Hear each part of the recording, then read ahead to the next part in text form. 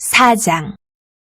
내가 또 말하노니 유업을 이을 자가 모든 것의 주인이나 어렸을 동안에는 종과 다름이 없어서 그 아버지가 정한 때까지 후견인과 청지기 아래에 있나니 이와 같이 우리도 어렸을 때에 이 세상의 초등학문 아래에 있어서 종노릇하였더니 때가 참에 하나님이 그 아들을 보내사 여자에게서 나게 하시고 율법 아래에 나게 하신 것은 율법 아래에 있는 자들을 속량하시고 우리도 아들의 명분을 얻게 하려 하심이라.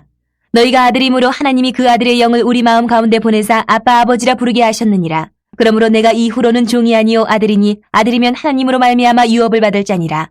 그러나 너희가 그때에는 하나님을 알지 못하여 본질상 하나님이 아닌 자들에게 종노릇하였더니 이제는 너희가 하나님을 알 뿐 아니라 더욱이 하나님이 아신 바 되었거늘 어찌하여 다시 약하고 천박한 초등학문으로 돌아가서 다시 그들에게 종노릇하려 하느냐. 너희가 날과 달과 절기와 해를 삼가 지키니 내가 너희를 위하여 수고한 것이 헛될까 두려워하노라.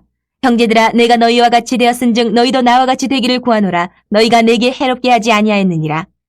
내가 처음에 육체의 약함으로 말미암아 너희에게 복음을 전한 것을 너희가 아는 바라. 너희를 시험하는 것이 내 육체에 있으되 이것을 너희가 업신여기지도 아니하며 버리지도 아니하고 오직 나를 하나님의 천사와 같이 또는 그리스도 예수와 같이 영접하였도다.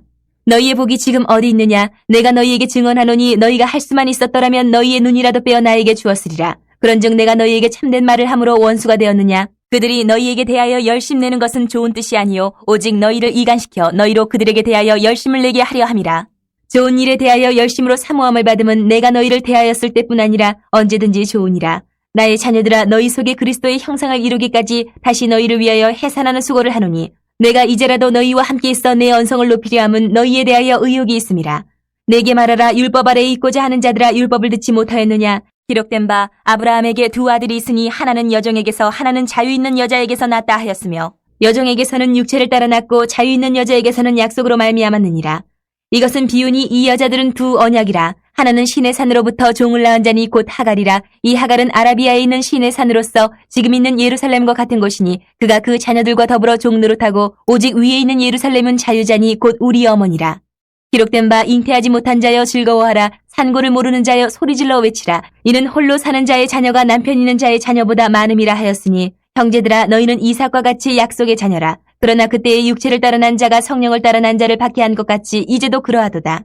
그러나 성경이 무엇을 말하느냐? 여종과 그 아들을 내쫓으라. 여종의 아들이 자유 있는 여자의 아들과 더불어 유업을 얻지 못하리라 하였느니라. 그런즉 형제들아, 우리는 여종의 자녀가 아니요 자유 있는 여자의 자녀니라. 5장.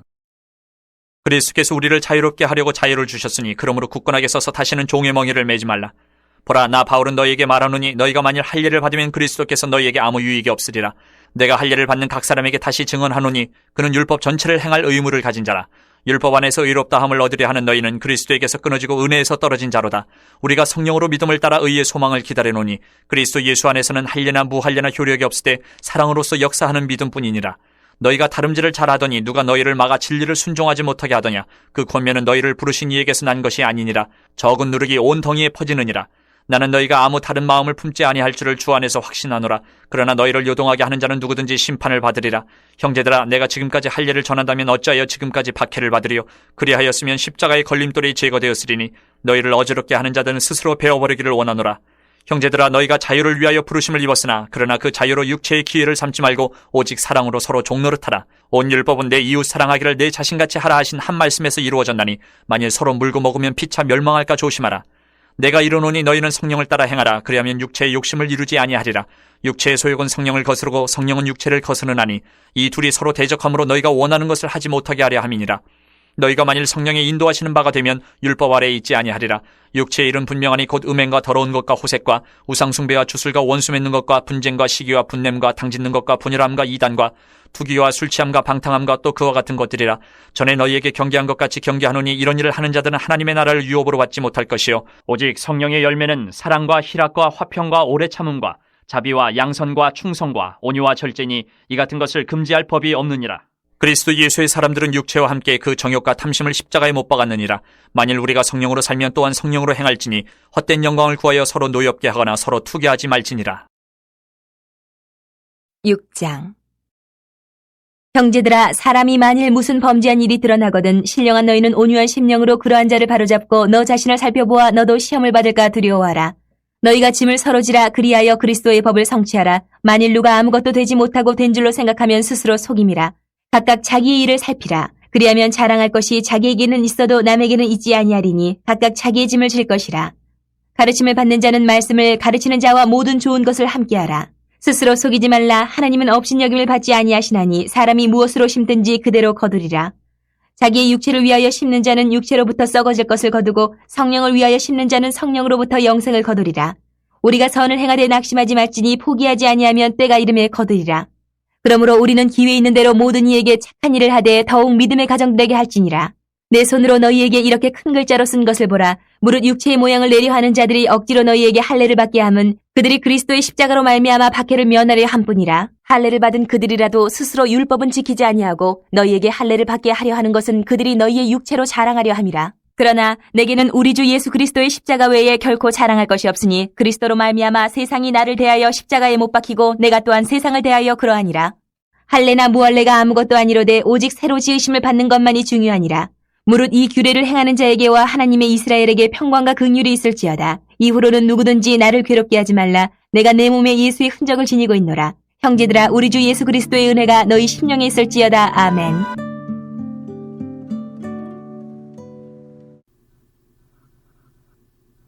갈라디아서는 갈라디아 지역에 있던 교회들에게 보내는 편지입니다. 갈라디아서 1장을 보면 1절에서 5절까지 갈라디아 지역의 교회들에 대하여 사도 바울이 문안 인사를 합니다. 그 후 6절에서 9절까지는 감사와 기도를 생략하고 곧장 교회를 어지럽게 하는 자들에 대하여 저주를 선언하고 있습니다. 갈라디아 교인들이 바울이 전한 복음이 아닌 다른 복음을 따라가고 있기 때문입니다. 다른 복음을 전하는 자들이 누구인지 대해 6장 12절과 13절을 보면 그들은 율법을 지키지도 않으면서 억지로 할례를 받도록 하는 자들이라고 말합니다. 할례를 받아야 유대인이 되며 그 결과 아브라함의 자손으로 하나님의 백성이 될 수 있다는 것입니다. 여기에 대해 사도 바울은 그들의 이런 가르침은 자신이 전한 복음과는 전혀 다른 복음이라고 말합니다. 사도 바울이 전한 복음은 예루살렘의 사도들로부터 배우거나 받은 것이 아닌 예수 그리스도의 계시에 의해 직접 받은 복음입니다. 교회를 핍박하고 유대교에 대한 지나친 열심을 가진 자가 회심하고 사도가 된 것은 사람에 의한 것이 아닌 전적으로 어머니의 태로부터 선택하시고 부르신 하나님에 의해 된 것이며 예루살렘의 사도들과는 달리 바울 자신은 이방인들을 위한 사도로 독립적으로 세워졌음을 이야기합니다. 그가 예루살렘에 가서 이방인들 가운데 복음을 전파한 것에 대하여 이야기를 할 때 사도들은 바울을 무할례자들에게 복음을 전하는 자로 하나님이 세우신 것을 인정하였고 헬라인 디도를 데리고 갔을 때도 그들은 디도로 하여금 할례를 받을 것을 강요하지 않았다고 말합니다. 즉 바울의 복음은 예루살렘의 사도들이 말하는 복음과 일치하며 서로의 사역 대상만 다를 뿐이었습니다. 바울의 사도직과 복음은 하나님의 은혜에 의한 것이지 사도들로부터 그 어떤 도움이나 인정에 의한 것이 아니었던 것입니다. 그러나 이런 바울과 달리 정작 베드로 사도는 안디옥에서 복음에 위배되는 행동을 하였고 바울의 책망을 받았습니다. 베드로가 이방인들과 함께 식사를 하고 있을 때였습니다. 원래 유대인들은 정결하지 않는 이방인들과 함께 식사를 하지 않았습니다. 그들을 죄인 취급했기 때문입니다. 그런데 베드로가 그들과 함께 식사를 하였다는 것은 할례가 아닌 믿음으로 의롭게 된다는 것을 알고 있었고 이방인과 유대인 사이에 구별이 없다는 것을 알았기에 한 행동이었습니다. 그런데 야고보로부터 어떤 사람들이 오자 할례에 속한 자들을 두려워서 이방인과 함께 먹던 자리에서 떠납니다. 베드로가 어떤 의도로 그 자리를 피했는지 정확히 모르지만 베드로는 할례나 정결법과 같은 율법 행위를 통해 자신은 의로운 유대인처럼 살아가려고 했고 이방인을 회피한 것은 그들을 죄인으로 취급한 행동이었습니다. 그는 복음이 허물었던 것을 율법의 행위를 통해 다시 세움으로 복음의 진리에 벗어난 행동을 한 것입니다. 이런 안디옥 사건을 배경으로 사도 바울은 2장 15절에서 21절까지의 말씀을 통해 갈라디아서의 핵심 주제를 말합니다. 우리는 본래 유대인이어서 이방 죄인이 아니지만 그러나 이제부터는 사람이 의롭게 되는 것은 율법의 행위가 아닌 오직 예수 그리스도를 믿음으로 의롭게 된다고 선언합니다. 유대인임을 보여주는 할례나 정결법, 안식일이나 절기를 지키는 일들이 우리를 더 이상 하나님의 백성으로 만들어주지 못하고 오직 예수 그리스도에 대한 믿음이 우리를 의롭게 한다는 것입니다. 그래서 바울은 3장에서 갈라디아인들이 회심을 할 때 받았던 성령을 떠올리게 하면서 성령이 어떻게 주어졌는지 그들에게 묻습니다. 여러분이 성령을 받은 것은 율법의 행위를 통해서입니까? 아니면 듣고 믿어서입니까? 그 대답은 믿음으로 성령을 받았다는 것입니다. 성령 체험은 아들을 믿는 믿음에 근거합니다. 그런데도 왜 성령으로 시작한 일을 육체로 바치려고 하는지 묻는 것입니다. 바울은 우리를 어렵게 하는 복음은 아브라함에게 주어진 것과 똑같다고 말합니다. 아브라함도 믿음으로 의롭게 되었고 너를 통해 이방인들이 복을 받게 될 것이라는 복음을 통해 이방인도 아브라함의 자손이 될 것이라고 하셨기에 믿는 자들은 모두 아브라함의 복을 누린다고 구약을 인용합니다. 이와 반대로 율법은 믿음에서 난 것이 아니기 때문에 우리를 어렵게 하지 못합니다. 율법은 우리를 도리어 저주 아래 둡니다. 여기에 대해 그리스도께서는 우리를 위하여 십자가에서 죽으심으로 율법의 저주에서 속량하셨습니다. 그 결과 하나님은 아브라함에게 약속하신 복이 예수 그리스도를 믿는 이방인들에게까지 미치게 하셨고 우리도 믿음으로 약속의 성령을 받게 하셨습니다. 그리고 율법은 하나님이 아브라함과 언약을 맺은 지 430년 뒤에 생겼기에 아브라함과 그 자손에게 주신 약속, 즉 약속된 성령을 통하여 이방인들이 하나님의 백성이 될 것이라는 약속을 폐기시킬 수가 없다고 말합니다. 그렇다면 이런 율법을 주신 이유가 무엇입니까? 예수 그리스도가 오기까지 사람들의 죄를 죄로 정하기 위한 수단으로 율법을 주셨습니다. 율법은 생명을 주는 능력이 없으며 그리스도의 사건이 없이는 율법의 정죄에 피할 수 없기에 모든 것을 죄 아래 가두어 놓습니다. 그 결과 율법은 우리로 하여금 믿음으로 말미암아 어렵담을 받도록 그리스도께 인도하는 초등 교사와 같은 일을 합니다. 이 믿음이 온 후 우리는 더 이상 율법 아래 있지 않고 믿음으로 하나님의 아들이 됩니다. 그리스도와 연합된 자는 세례에서 보듯 그리스도와 함께 죽고 살아났기에 새로운 하나님의 백성이 됩니다.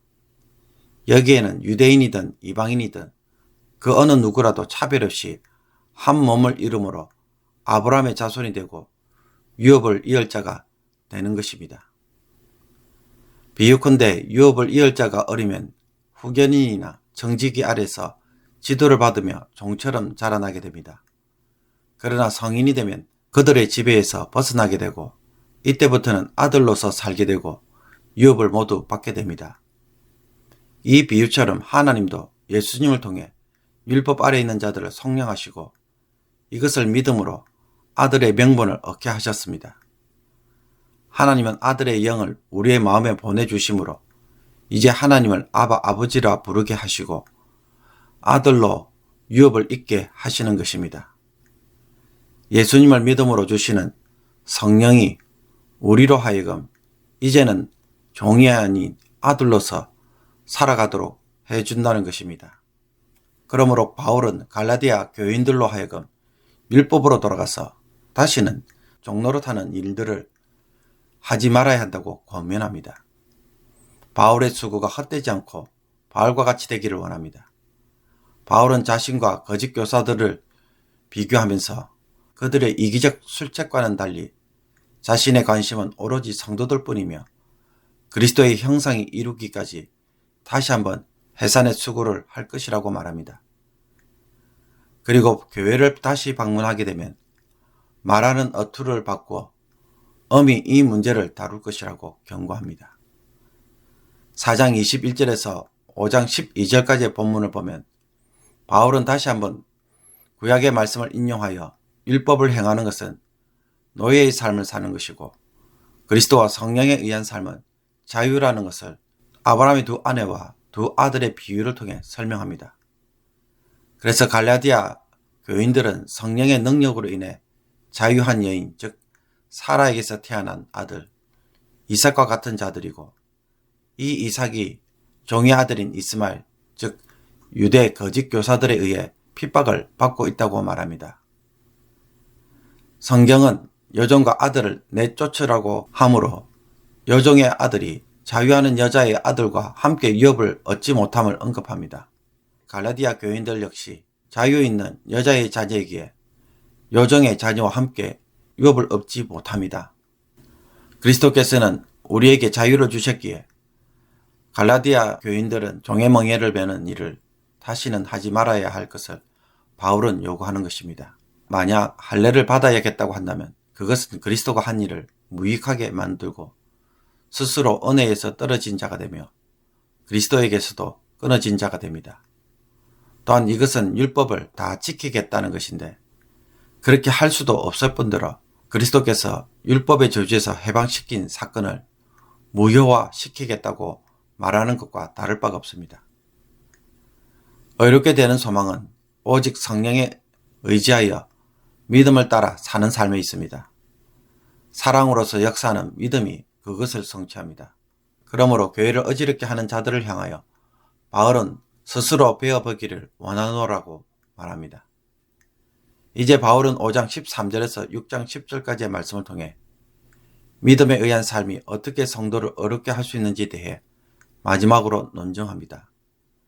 그것은 율법이 할 수 없는 것을 성령은 할 수 있으며 의롭게 해 주신다는 것입니다. 육체의 일들은 온갖 죄악을 드러내고 죄의 열매를 맺게 한다면 성령이 하시는 일은 사랑과 희락과 화평과 오래 참음과 자비와 양성과 충성과 온유와 절제와 같은 새로운 성품을 만들어낸다고 말합니다. 그러므로 그리스도 예수의 사람은 육체와 함께 그 정욕과 탐심도 십자가에 못 박았기에 이제는 성령으로 살아야 한다는 것입니다. 성령으로 산다는 것은 성령으로 행하는 삶입니다. 바울에게서 성령으로 행하는 삶은 성령에 의해 선한 일을 이루는 것입니다. 끝으로 바울은 다시 한번 거짓 교사들에 대하여 그들은 이방인들에게 할례를 강요하지만 정작 자신들은 율법 전체를 지키지 않는 자들이고 십자가를 통해 주어진 박해를 회피하고자 할례를 주장하는 자들이라고 폭로합니다. 그러나 바울은 십자가 외에는 자랑할 것이 없으며 세상이 자기를 십자가에 못 박고 자신도 세상에 대하여 못 박힘으로 세상과는 이제 더 이상 아무런 상관이 없음을 고백합니다. 그러므로 할례, 무할례 같은 것은 전혀 상관이 없으며 그에게는 오직 새로 지으심을 받는 것이 중요할 뿐이라고 말합니다. 그런 후에 바울은 기원과 축도로 갈라디아서를 마칩니다. 오늘의 묵상 본문은 갈라디아서 4장 1절에서 7절까지의 말씀입니다. 갈라디아서는 긴 논증을 하고 있기에 사실 이해하기가 매우 어렵습니다. 4장 1절에서 7절까지의 내용도 실제로는 3장 1절부터 시작된 논증의 마지막 부분이기에 앞부분을 먼저 이해하지 않으면 왜 이런 말을 하는지 알기가 어렵습니다. 오늘 본문은 비유를 통해 이야기를 하고 있습니다. 어떤 집에 상속을 받을 아들이 있지만 그 아들이 너무 어리면 그 모든 재산을 물려받지 못하고 일정 기간 후견인이나 청지기의 손에 맡겨졌다가 그 아들이 성인이 되면 상속자로 인정을 받게 되고 결국 재산을 다 물려받게 된다는 것입니다. 그러므로 이 아들이 어릴 때는 자신의 그 어떤 권리를 행사할 수 없고 지도하는 대로 따라가야 하기 때문에 종과 다를 바가 없습니다. 이처럼 유대인이나 이방인이나 어릴 때, 즉 때가 차면 하나님이 그 아들을 보내시기 전까지는 전부 초등학문, 즉 율법 아래에 있어서 율법의 지배를 받게 됩니다. 율법의 지배를 받게 된다는 것은 율법이 시키는 일을 해야 하고 하지 못하면 그것에 해당하는 정죄와 대가를 지불할 수밖에 없는 것입니다. 그런데 하나님이 아들을 보내어서 여자에게 나게 하시고 율법 아래에 있는 자들을 구속하시면 어떻게 됩니까? 자유케 됩니다. 마찬가지로 그 아들을 더 이상 후견이나 정직의 아래에 있지 않도록 하며 아들은 상속자로 주인 행사를 하고 더 이상 그들의 도움이나 지시, 명령, 벌을 받을 필요가 없습니다. 그래서 아들의 명분을 얻게 됩니다. 하나님도 우리로 하여금 아들의 영, 즉 성령을 우리 마음 가운데 보내시고 하나님을 아버지라고 부르게 하셨습니다. 그래서 아들로 입양시키면 어떻게 됩니까? 종이 아닌 아들이 되어서 유업을 이을 자가 됩니다. 그러므로 예수님의 구속 사역을 통해 주어지는 성령은 우리 가운데서 무슨 일을 하십니까? 아들의 명분을 주고 아들로서 살아가도록 합니다. 율법은 우리를 종으로 사용하는 방면에 성령은 우리를 하나님의 아들로 복을 누리게 하고 아들로서 자유하며 살아가도록 합니다. 이미 주일 설교에서 언급한 것처럼 바울이 대조하고 있는 것은 율법과 복음이 아니라 율법과 성령 혹은 육체와 성령을 대조시키면서 성령만이 우리를 하나님의 아들로서 의롭게 살아갈 수 있게 할 수 있음을 계속 강조합니다. 그러므로 그리스도인의 새로운 삶의 방식은 성령에 의한 삶인 것입니다. 아들의 영이 하나님의 아들의 영이 우리를 하나님의 아들로 만들어서 유업을 받을 자로 만드는 것입니다. 그렇다면 성령에 의한 삶의 방식은 어떤 것입니까? 많은 성도들이 성령을 이야기하면 갑자기 체험적으로 모든 것을 바꾸어 버립니다. 어떻게 해야 성령을 체험할 수 있는가라는 것입니다. 그래서 그 경험을 특별하고 신비적인 혹은 육체적인 형태로 맛보고 싶어 합니다. 그러나 실제로 우리의 신앙생활을 되돌아보면 성령에 의한 일들은 신비적이거나 혹은 특별한 방식이 아니라 대부분은 일상의 방식으로 찾아옵니다. 우리가 설교를 듣거나 혹은 찬양을 들을 때 깨닫게 되는 생각들, 은혜의 감정들, 마음의 결단들, 혹은 기도 중에 알게 되는 죄에 대한 자각들, 하나님을 사랑하는 마음들, 사람들에 대한 긍휼의 감정들은 우리가 그리스도 안에 있기에 주어지는 성령의 인도들입니다. 성령이 주시지 않는다면 알지 못했던 것이고 행하지 않는 일들입니다. 성령이 주시는 마음이 아니라고 한다면 우리는 그 어떤 누구에 대해서도 그 어떤 섬김도 행하지 않을 것입니다. 우리가 하나님에게 초점을 맞추고 우리의 마음이 하나님을 향하고 있을 때에 하나님을 향하여 살아가도록 그 속에서 일어나는 일들이 지금 성령이 우리들 가운데서 일하시는 모습입니다. 성령에게 마음을 드리고 주목하고 기다리는 일들을 하지 않고 지금까지 내가 살아온 방식대로 나의 충동과 감정에 의해서 행동하다 보니 우리가 그것을 모를 뿐이고 또 불순종하는 것입니다. 그러므로 의식적으로 성령에게 묻고 기다리고 마음에 주시는 것들에 따라 순종하는 훈련을 해보시기 바랍니다. 무엇보다도 성경을 통해 묵상하시면서 그 가운데 주시는 깨달음에 적응이 되어 간다면 우리는 성령께서 하시는 일들을 서서히 보게 될 것입니다. 우리는 성부 하나님을 느끼게 해달라고 기도하지 않습니다. 성부 하나님에게 대해서는 체험적으로 접근하는 것이 아니라 그분을 있는 그대로 두고 하나님을 바라보고 묵상하며 그분의 섭리와 인도하심을 말씀과 기도와 순종에서 또 상황에서 찾으려고 합니다. 그런데 유독 성령 하나님만 특별한 체험에서 찾는 그런 일들을 하지 않기를 바랍니다. 오늘 주신 말씀을 통해 우리가 성령 하나님에게 묻고 기다리며 또 기도한다면 분명 성령님께서 우리 마음 가운데에 하나님을 향하여 거룩하게 살아갈 수 있도록 그 모든 일들을 서서히 하기 시작할 것입니다. 이 은혜가 저와 여러분에게 오늘도 주어지기를 예수 그리스도의 이름으로 축복합니다. 기도드리겠습니다. 하나님 아버지, 성령 하나님을 통해 살아가는 삶이 율법의 저주에서 벗어나고 아들로서 살아가는 삶을 세우며 유업을 받게 하심을 깊이 깨닫게 하여 주옵소서. 그래서 이제부터 성령을 따라 살 수 있도록 성령에 민감하게 하시며 성령의 인도가 무엇인지 매일 배워가는 저희들이 되게 하여 주옵소서. 나의 생각과 감정과 열정과 의지까지 간섭하시며 성령을 따라 살아가는 삶이 무엇인지 이제 성경 묵상을 통하여 배워가게 해주시고 성령에 의한 변화들을 스스로 체험해 나가는 모든 성도들이 되게 하여 주옵소서. 내 의지나 힘이 아닌 성령의 은혜로 오늘도 살아가는 성도들 되게 하여 주옵소서. 예수 그리스도의 이름으로 기도하옵나이다. 아멘.